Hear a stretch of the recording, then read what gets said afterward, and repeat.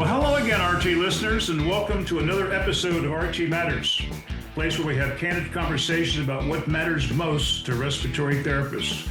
I'm your host, Patrick Dunn, and I'm delighted to have a special guest with me today to address a recurrent matter that our research has revealed, and that is that there is some uncertainty about respiratory care as a viable long-term career option. So this episode of RT Matters will address the issue head on. We're going to have a discussion with my guest that respiratory care is not a dead-end career, and at the same time, we'll be giving you options in terms of what you can do to realize a full potential. Joining me for this episode of RT Matters is Ed Coombs. Ed is the Senior Director of Marketing for Intensive Care and Clinical Affairs with Draeger. Ed is also a registered respiratory therapist. He specializes in adult critical care credential as also the neonatal specialty credential, and he is a fellow of the American Association for Respiratory Care. And he started his career in 2007 with Draeger. Ed, welcome to RT Matters. Thank you, Patrick. Well, one of the features of RT Matters that we have is before we start, we always ask our guests to share with our listeners how you first learned about respiratory therapy. Would you give us a brief background of how that came into be? Sure, it was my pleasure. Basically, in high school, I was an EMS volunteer, and we had the unfortunate position of coming across a motorcycle accident where he did not survive. But before that, we actually had a trauma resuscitation. And I got, at 16 years old, through this episode, really got to see a night shift RT take command of the situation once we got to the emergency room. I thought he was actually a doctor. Turns out he just really had a level head on his shoulders, really knew exactly what to do, and being in the thick of things to give the patient the fighting chance that he needed. Unfortunately, sometimes outcomes are what they are when it's so severe. That's right. That was my first exposure to respiratory therapy. Where were you personally and professionally at that point in your life? You mentioned in high school you were an EMS volunteer. Yep. So basically, I was going into respiratory after this straight out of high school. I was an average student, so I went to school at SUNY Upstate Medical Center, which is a state university, a little bit of a distance from me in Long Island, where I grew up in. But it had a great program. It was just starting at an associate's degree program, and it really kind of sculpted my behaviors, my thought process at an early age as an RT. Well, you obtained your associate degree in respiratory therapy in 1986 and held various clinical positions until 2003. Mm-hmm. You obtained your baccalaureate degree in 1988 and in 1993 your master's degree. What prompted you to continue your education so early in your career? Well, quite honestly, it had a lot to do with finances. My mom and dad were of modest means. So getting an associate's degree in respiratory, quick, so to speak, 2 years, and working full-time as an RT just allowed me to live at home with my mom and dad, work full-time, and go to school almost full-time, if not three-quarter time, to do that, because leadership roles require advanced degrees. And aside from the clinical skills, learning as an RT with an associate's degree, the baccalaureate degree program that I took in health administration really gave me the critical thinking skills, the problem-solving skills, things beyond just the clinical hands-on. That, while great, also just allowed me to expand into those roles. Mm-hmm. And my master's degree, we'll get into that in a little bit as far as opportunities, but my employer at the time, SUNY Upstate, SUNY Stony Brook, had a joint curriculum sharing program where I would pay for half the degree and the employer would pay for half the degree, or at least sponsor it. So it was really kind of financially based, but knowing that if I was going to exceed in a leadership role in respiratory, it would require those degrees and that education. Actually, I noticed in 1984, even as a student, you joined both the AARC and the New York State Society for Respiratory Care, mm-hmm. and you continue to do today and serve on numerous committees. What prompted you to volunteer your time above and beyond your schoolwork and your job and your family to volunteer for these organizations? Well, growing up under my mom and dad's roof, so to speak, they always believed in community-minded service, community-minded activism, and really kind of paying it forward. That I received a great upbringing through community members, through different organizations, through great mentors, and it's really being part of a community and paying that forward is how I was raised, and that just kind of continued into my professional life. Well, I tell you, you've given a heck of a legacy and you're still involved. As I understand, you're now a trustee for the Respiratory Care Foundation, which we'll talk about more later on. All right, moving on to our topic. Why do you think that more than a few RTs, especially newer grads, and perhaps even some seasoned therapists, believe RT is a dead-end career? Well, I would really vehemently disagree that respiratory is a dead-end career, to be quite frank. But what I will say is it's up to you, the individual, whether you're a millennial, Gen Z, or you've been in the field for a seasoned amount of time, you're responsible for the career paths that you want to take. And in doing so, you decide what you want to do moving forward.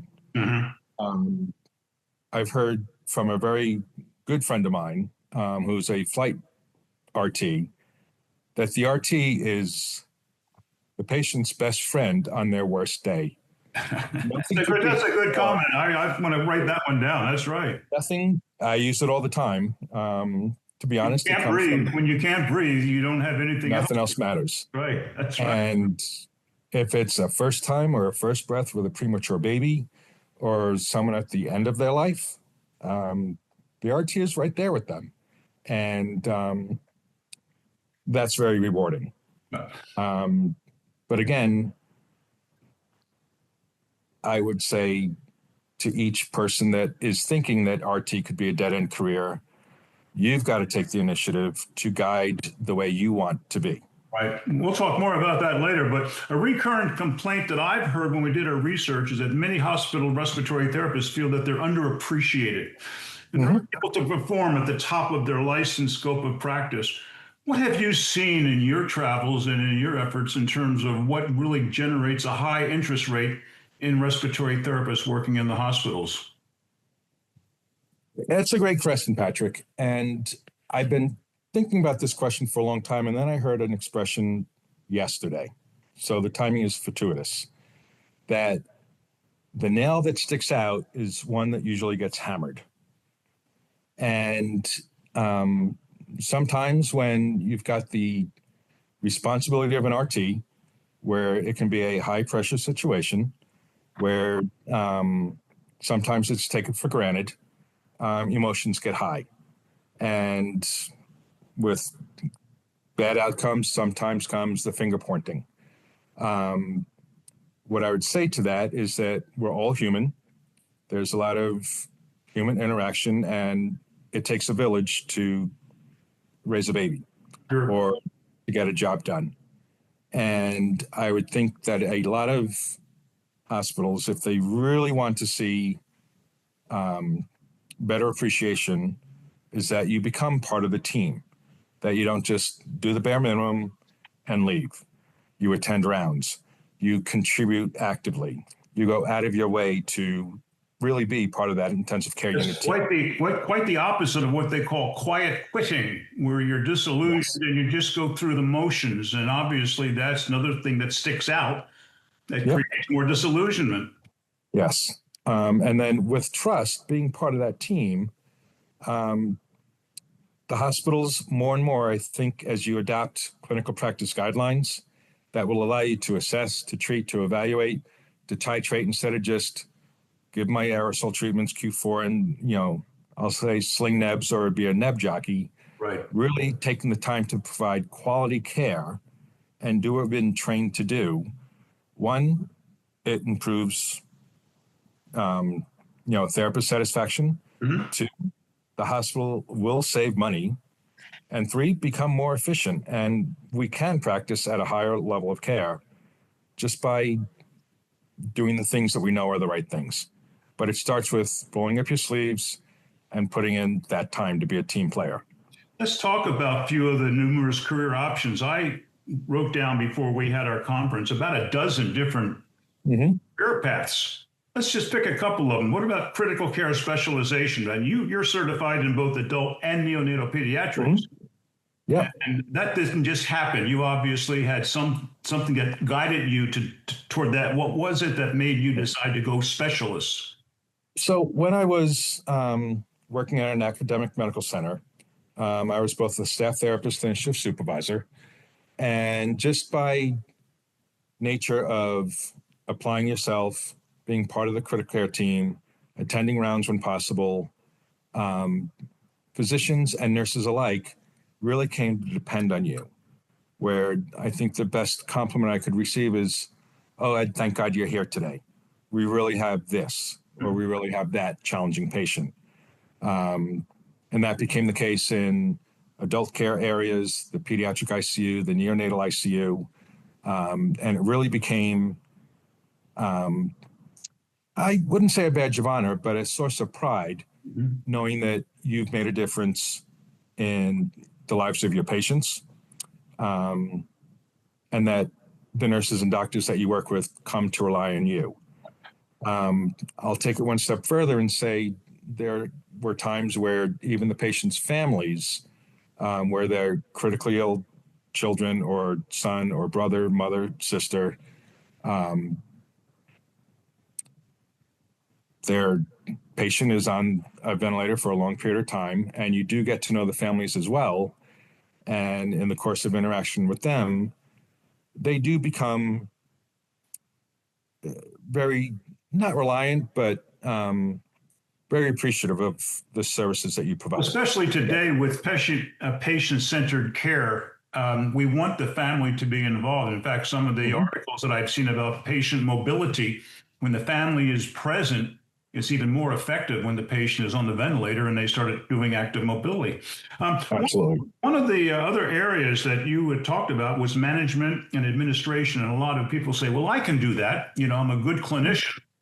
But at the same time, you probably have learned that good clinicians don't just actually transition into management. You have to prepare yourself.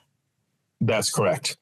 You can have a lot of the specialty credentials. You can have all the degrees you want.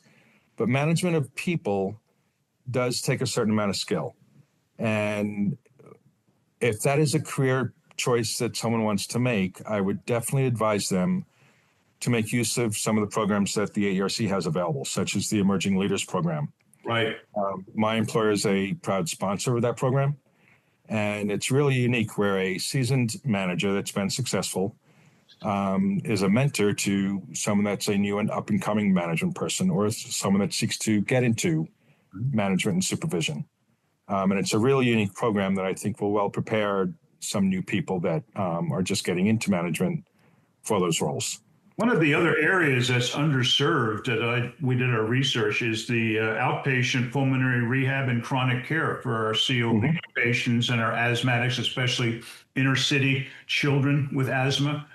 That's just another area that's wide open in terms of someone who wants it. And I get excited when I talk to our colleagues in pulmonary rehab, because they're basically so excited the fact that they can actually improve the quality of life for patients who pretty much have been written off by the conventional medical society. Yeah. And that's really a unique opportunity that I think will grow more and more with the rising incidence of asthmatic patients. I remember one case where I was talking to the asthma lady, and she was sharing a story of doing a home assessment where no one could understand why as soon as their child was brought home, they would always have an exacerbation again. And they went through a routine survey in the hospital that, do you have any dogs or cats? Do you have any pets? Do you have this? Do you have that? And turns out, yeah, they did have a hamster or a gerbil or something like that. Sure. They didn't look at it as a pet. They looked at it as a family member. And there you have, by the opportunity to go out into the community, do case management, look at pulmonary rehab, the chronic care, doing those proper assessments with that human touch, They took care of the issue. They did not have to get rid of their pet, their family member, but they did kind of keep things a little bit cleaner and limit the exposure to the asthmatic patient. So it really provides a unique opportunity to keep patients out of the hospital. That's really a whole new direction now to try and get patients to stay at home. And at the same time, some hospitals are getting exemptions to actually do hospital at home. And I believe that legislation is probably going to be extended because so many hospitals realize it's a better way to handle chronic care patients and not necessarily bring them to the hospital, which is the most expensive site of care that we have. Exactly. Now, what about you moved into industry in 2003?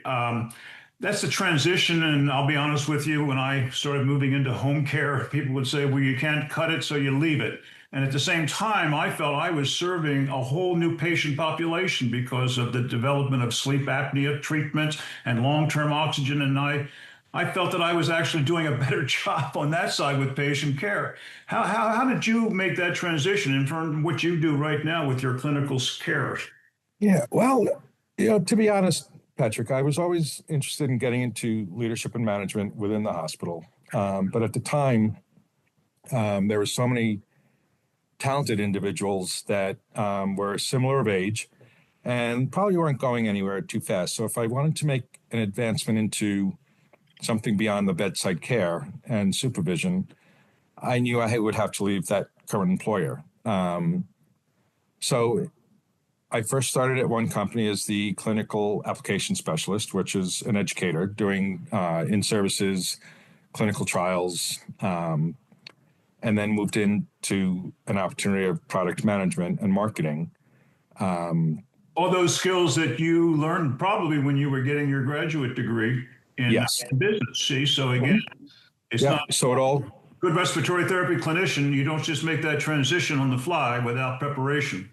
correct. And what I would say is, aside from the formal education in finance, health administration, problem solving, marketing, I would say in preparation, I had a lot of good mentors, both in the hospital, within industry, within the respiratory care and business environments. Everywhere I touched or volunteered or took on additional roles and responsibilities, I always sought out a mentor that I could learn from. Gary Kaufman comes to mind all the time. He's got some really great insights on the healthcare industry, both as an RC manager, independent contractor, and people like that you really gravitate towards to learn and mentor you, serve them as a mentee. Sure. To really prepare for those kinds of roles. Gary actually has had his foot in many, many things. He was actually an administrator of a multi-specialty physician practice, which of course requires a whole different set of skills that he went out and learned about. Let's just talk about RTs who decide to pursue a different career option. What are some of the things that you think they should do? You mentioned that what helped you was you finding a mentor and finding one who would really suit your needs that you could relate to. What are some of the other suggestions you would give the undecided to help them make the decision to go ahead and pursue another career option in respiratory care?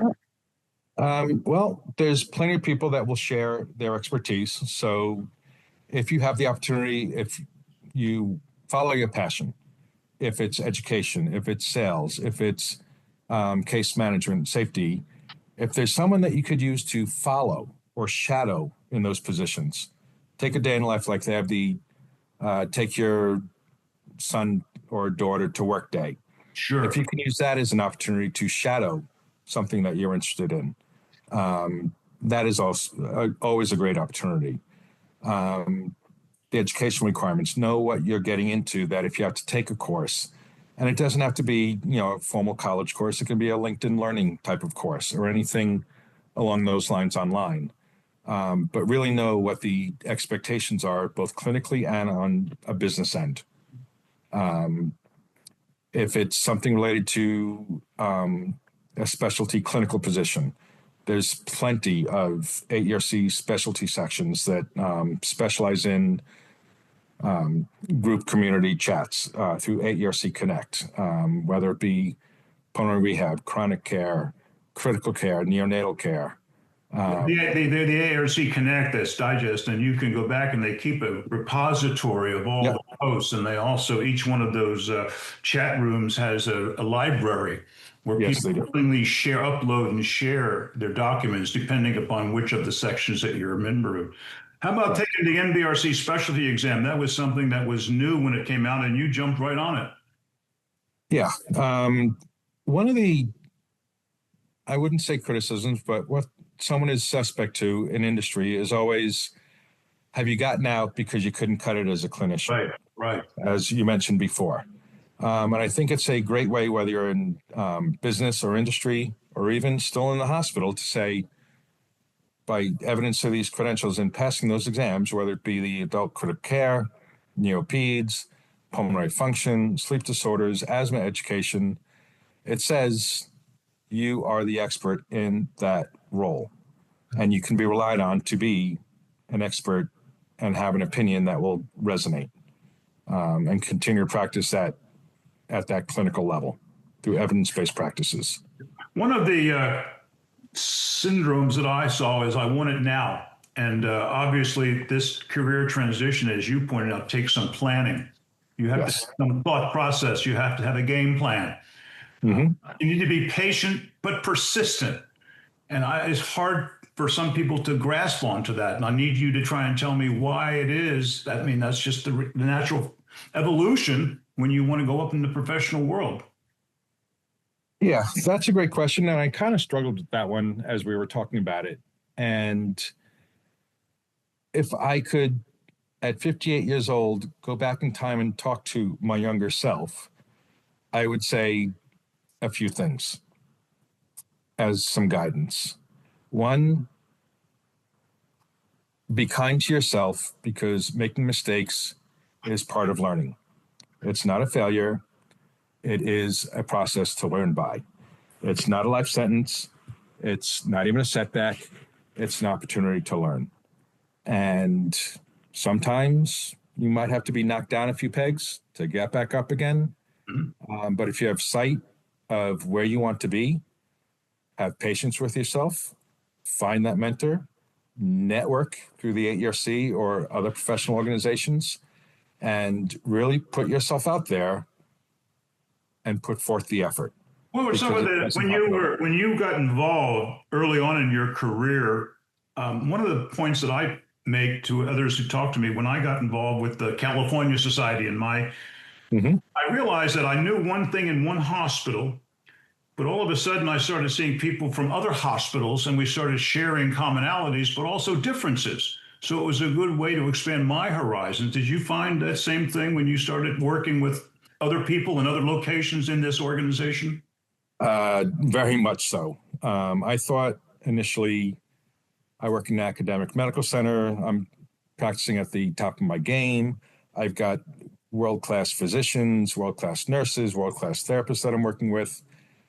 And then going into industry, while that was important and we did a good job, and I'm always very proud of where I've been, the opportunity to network with other academic institutions, children's hospitals, research centers, key opinion leaders, it really gave me a bigger insight to not just nationally, but to the world, because my job does allow me international travel, different ways of doing things, best practice sharing.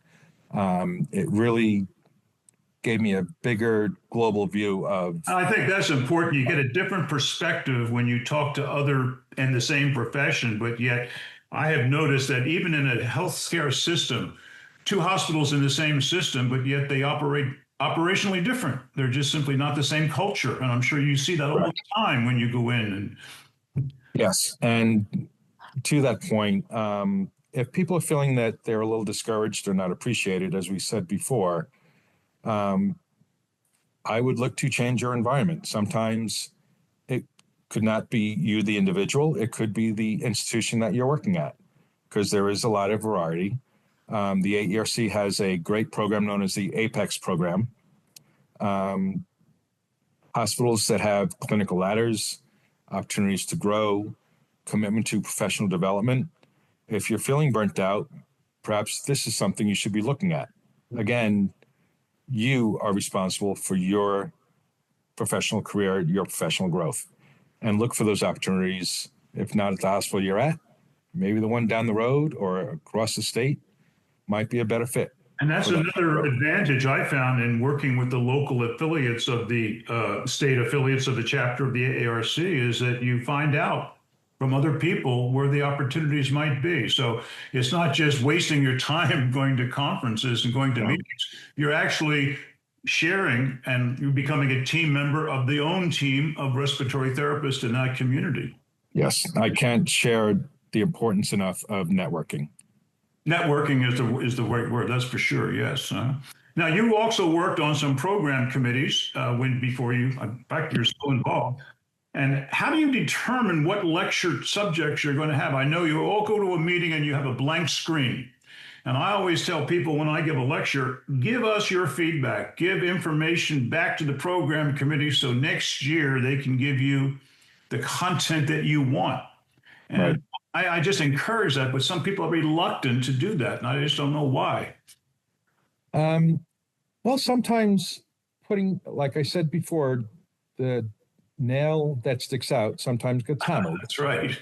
So sometimes when you're asking for content, it's identifying a knowledge deficit where I'm like, oh my God, imposter syndrome. I'm supposed to have the AACS credential and I don't know something about lung protective ventilation.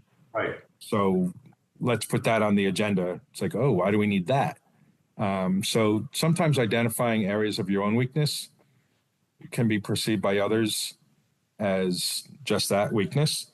I look at it as a sign of strength. Knowing where you're weak, if I'm weak at it, maybe others are weak at it, and wouldn't that be a great conference topic to address? I think it's important. The information is evolving. Yeah, I think it's important for another reason because a lot of hospitals, their education budget has been cut back. And so the therapists have to pay out their own way. And if it's not something that's going to improve their professional career, they're not going to go. So the content of those programs has to be relevant to the people who are going to attend. And I keep stressing that over and over and over again. And sometimes it says, well, they'll take it, they'll find something. And that's not necessarily what anybody wants. Exactly. So how about for those deciding that they want to continue their education and yet they're worried about the financial resources? What are some of the opportunities that are out there to help a respiratory therapist continue their education? There's quite a few opportunities out there. One, the American Respiratory Care Foundation, of which I'm a trustee at large. Yep. Some grants. Full disclosure. And yes, you can visit the website, arcf.org, and all the information is well established right there. Yep. The American College of Respiratory Therapy Educators, formerly COBRICT, has scholarships available, I believe, for undergraduate and graduate level programs. Your employer may have a tuition assistance program. And depending on what college you are applying to, there's also financial aid. Probably as a therapist, depending on your particular personal situation, that may or may not be the case because you're too rich to qualify for aid or not poor enough to qualify for aid. So, right. Yeah, but they're also the COARC, the Commission on Accreditation of Respiratory Care, has what they call a degree advancement module, where they have community people with their associate degree. They can actually transition, get credit for that associate degree, and then usually online go on and get their baccalaureate degree. So I think that's another option that's really very underutilized in terms of moving toward the baccalaureate degree entry level. Exactly. And COARC is coarc.org, and you can go online and do that degree advancement. Now, how does becoming involved, we already talked about this, volunteering in one of your professional organizations. Now, you're going to be on the foundation, and probably the foundation, they have an awful lot of grants and scholarships. How often do you meet, and of who's going to, it's a big community. It's a committee of called trustees. You're a trustee. Is that correct? Correct. For the 1-year term. Basically, we meet 4 times a year as a standard meeting. And then the president will call for ad hoc meetings. And we decided to, because it's in a transition of leadership, we probably meet every 6 weeks right now. But it's really more towards governance and setting up a structure that really gets back to our roots to support, advocate for therapists and our patients that we care for. As far as the award decisions and grants and scholarships, that kind of goes to a dedicated committee. So the trustees really govern, take in recommendations and read them, but it's really kind of done at an arm's length by design. Sure, absolutely. And these are grants and scholarships, and people apply for them. They can go onto the American Respiratory Care Foundation website, and they're all clearly listed and what the qualifications are and what the amount is. And you also mentioned the American College of Respiratory Therapy Educators, and that's acrte.org. And they also have grants. Oh, those are primarily for baccalaureate and graduate degrees as well. So those are a couple of opportunities. Now, I wouldn't on employer tuition assistance sometimes has strings attached to it. You know, you're going to commit to stay here. But then again, you have to look at the short term versus the long term gain, I guess is what that would be. Exactly. Because there is a very much of a human resource issue right now in terms of retaining competent people. So a lot of the hospitals are taking innovative ways to try and make the workforce more satisfactory. Are you seeing that as you travel around hospitals, really doing a little extra to try and encourage the people to stay and to grow and to develop in that institution? The more progressive, larger hospitals, yes. When I'm seeing customers in smaller hospitals, I do try to promote the APEX program, which has a clinical ladder program. So even if you can't get some employer tuition assistance, if you can take a course on brushing up your skills for preparing for an ACCS or MPS course by the NBRC, it's stepping stones. It's not always degree advancement, but stepping stones. How can you, if you want to be the best therapist at the bedside that everyone relies upon, great, go do it. It doesn't necessarily take a bachelor's degree or a master's degree if the tuition assistance isn't there, but a few $100s to take a self-study course, then take the MBRC credential exam.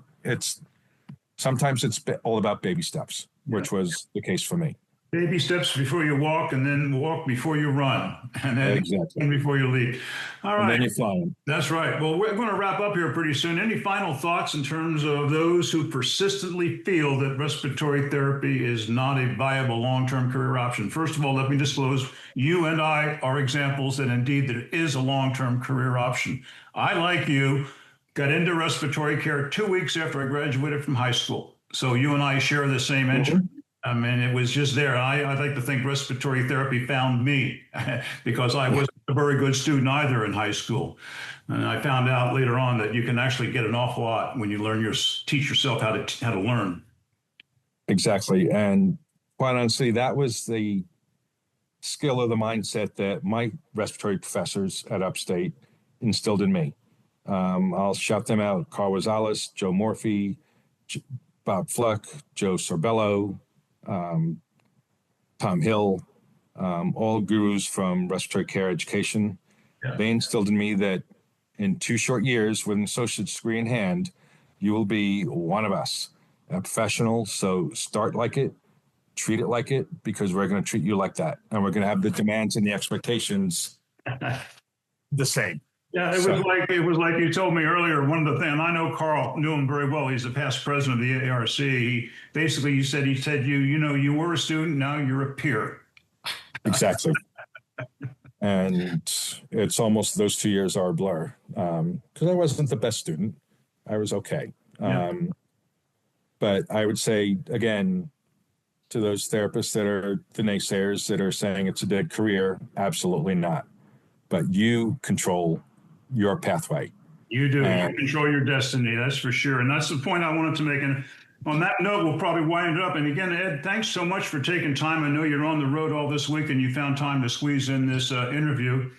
And I just want to really drive home the fact that when you think about leaving the field and just walking away, think about the time, like you said, the time and the experience that you've invested. So consider reinvesting to reach some of these new goals. And I think that's what we want. One of the things that I have, and we talked about it and we joked earlier, I have this earworm where I have a song that's stuck in my brain. And every once in a while it comes back, and I'm going to repeat some lyrics right now from one of the Pink Floyd tunes from the Dark Side of the Moon called Time. And I'm not a singer, but it's poetry. It's kicking around on a piece of ground in your hometown, waiting for someone or something to show you the way. And then one day you find 10 years have got behind you. No one told you when to run. You missed the starting gun. And that's kind of a wake-up call. You don't want to sit back and waste valuable time in your productive years and not get on with what you can really do. So to all of our listeners looking to go and grow your career, find a new career path, now's the time to start doing it. You don't want to wait 10 years from now and find out you missed the starting gun. And again, Ed, thanks so much for sharing your time. I know you've had a busy day, and we'll come back and probably talk to you some other time. Thanks, Patrick. One final thought from a great mentor of mine is that there is no future in the past. That's right. That's right. I'd just like to thank Monahan Medical for sponsoring this program and the opportunity to speak to you today. It's been great. I really appreciate it.